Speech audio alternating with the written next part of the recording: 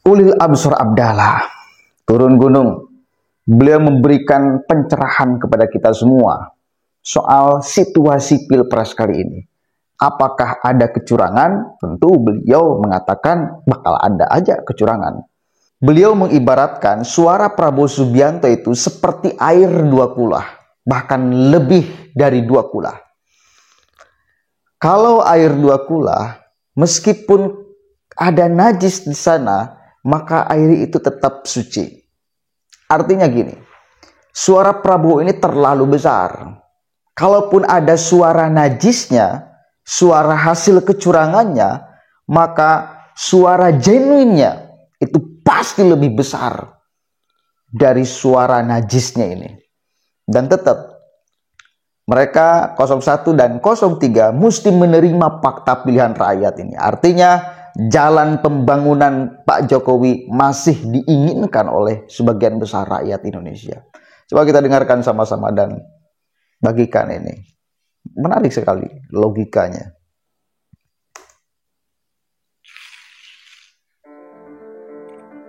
Tapi tidak mungkin 58 suara itu sepenuhnya suara najis. Saya percaya sebagian besar dari suara itu adalah genuine. Memang rakyat Indonesia masih mau jalan pembangunan ala Jokowi. Anda suka atau tidak, itulah faktanya. Anda harus terima. Ulil Absor Abdallah.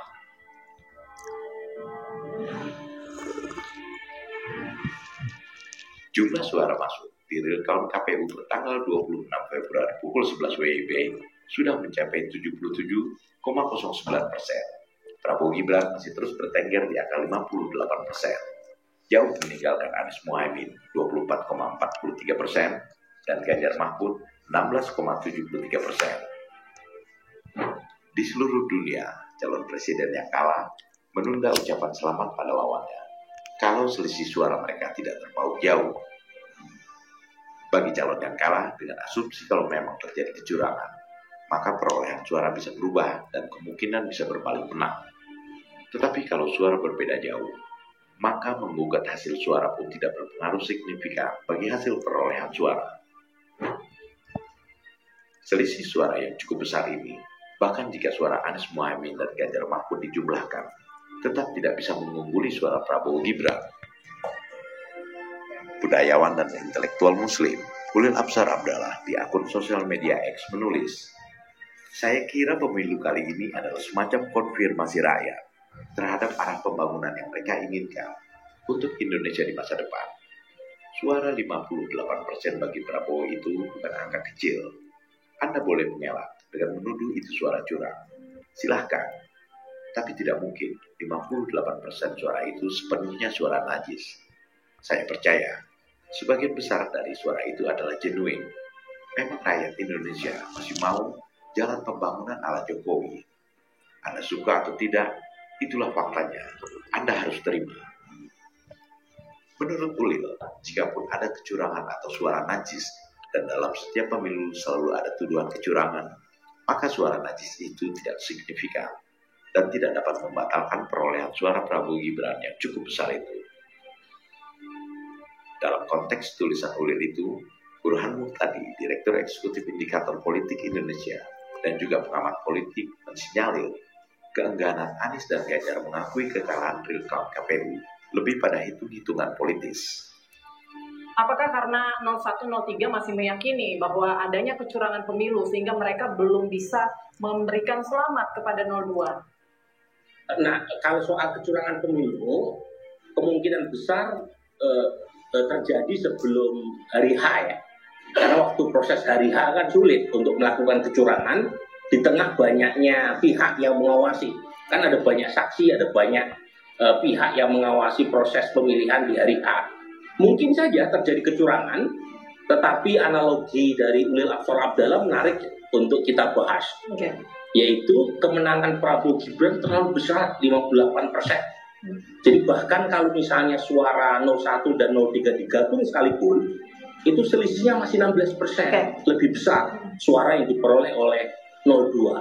Jadi kalaupun toh misalnya terjadi kecurangan, itu ibarat curang itu suara najis, itu tidak akan bisa membatalkan 58% suara yang begitu telak diperoleh oleh 02. Ya.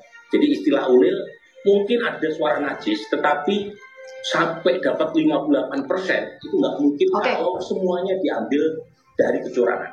Jadi kalau menurut saya sih bukan karena faktor teknis, tetapi lebih politis.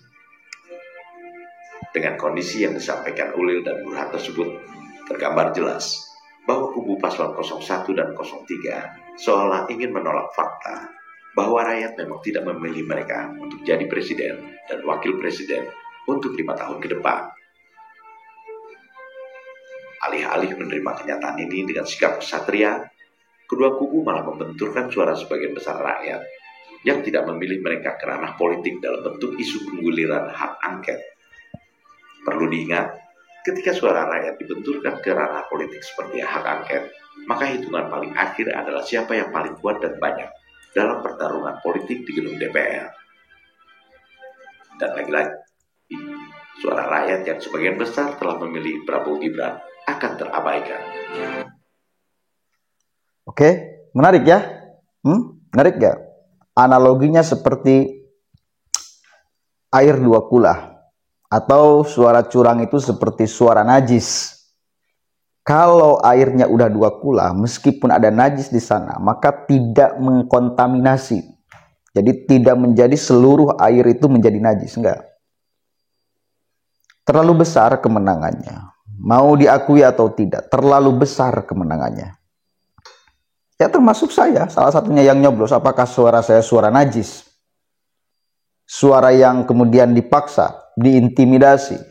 Saya selalu katakan itu. Di sini banyak penonton saya yang juga memilih Prabowo Gibran. Kalian itu apakah rela dianggap suara najis? Kan enggak. Dan pada akhirnya seperti analogi saya juga, kalau kemudian ujung-ujungnya ke DPR, berarti mengabaikan suara kita, tidak menganggap suara kita. Padahal kedaulatan itu ada di tangan rakyat, dan mereka pun dewan-dewan itu adalah dipilih oleh kita.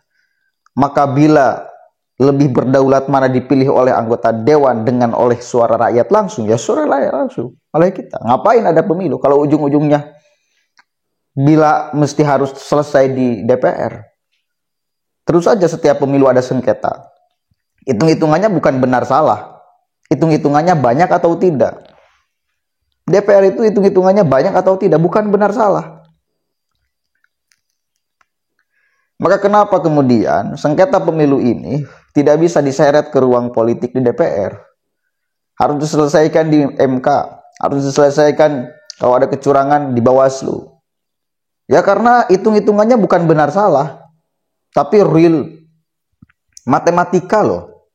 Bukan tafsiran. Suara itu bukan tafsiran, tapi matematika, selalu saya katakan itu. Bila kemudian kubu Anies ataupun kubu Ganjar, mereka punya data kemenangan di setiap TPS, di setiap wilayah, di setiap kabupaten, di setiap provinsi, maka mereka akan berani beradu data di Mahkamah Konstitusi kalau mereka memegang data kemenangan. Karena bukan tafsiran. Beda seperti urusan Gibran. Selalu saya katakan, analoginya sangat sederhana. Kalau urusan Gibran itu maju lolos, itu tafsiran. Orang boleh mentafsirkan macam-macam. Ada yang mentafsirkan benar, ada yang mentafsirkan tidak benar, sesuai dengan kepentingannya. Sangat subjektif, tidak bisa objektif. Ya. Tapi kalau suara, itu pasti sangat bisa objektif. Kalau Anda punya data kemenangannya, tinggal sodorkan, udah, nggak bisa ngelak. Melawan siapapun, urusan matematika itu di seluruh dunia, mau profesor, mau anak TK, 1 tambah 1 ya 2. Itu loh. Kan itu, matematika itu ilmu suci loh. Bukan tafsir-tafsiran. Kalau Anda punya data kemenangan real yang Anda kumpulkan di setiap saksi Anda di TPS, kemenangan, maka Anda nggak bakalan takut berhadapan dengan Mahkamah Konstitusi. Meskipun di sana ada Paman Gibran, bahkan meskipun di sana ada Pak Jokowi, karena real nggak bisa dibohongi, suara ini. Bukan urusan tafsiran, ini suara. Beda dengan hukum, beda, sangat jauh berbeda. Matematika bos, 58,84% itu gila itu. Ketangkep gak? Ketangkep ya. Mudah-mudahan Ganjar memahami ini, bahwa ya mungkin belum saatnya rakyat memilih kalian, udah terima aja. Terus mau bagaimana lagi? Rakyat menetapkan itu kok.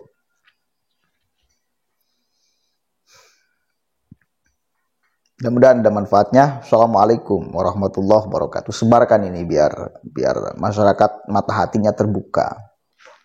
Ya.